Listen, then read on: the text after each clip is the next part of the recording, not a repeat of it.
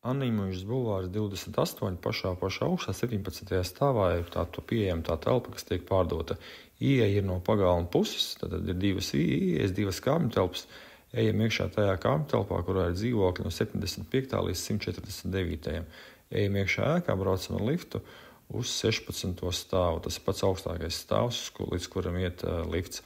Uzbraucam 16. stāvu un tālāk dodamies kājām 17. stāvu. Lai aiziet 17. stāvu, ir jāiet cauri divām tādām koplietošanas loģijām. Tad 16. stāvs, ejam šeit cauri, dodamies augstāk un dodamies uz 17. stāvu. Tad vēl viena koplietošanas loģija, ejam arī tai cauri un tad caur tādām tehniskajām telpām dodamies uz mūsu telpu.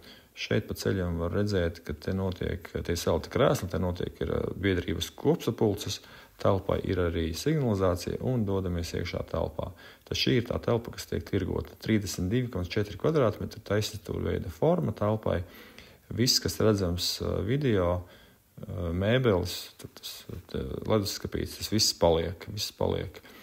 Nu, lūk, te ir arī loģija. Loģija šobrīd ir aizslēgta, bet var sarunāt arī to, ka vasarā loģija ir atvērta un var tikt arī tuvāk logam. Telpās nav ūdens un nav kanalizācijas, bet parādīšu tepat netālu ir pieejama izlietne ūdens un tepat aiz sīnes, tur jūs vienkārši cieti ir arī tolti. To var sarunāt, ka te arī var tikt klāt un izmantot. Nu, lūk, šāda telpa tiek pārdota.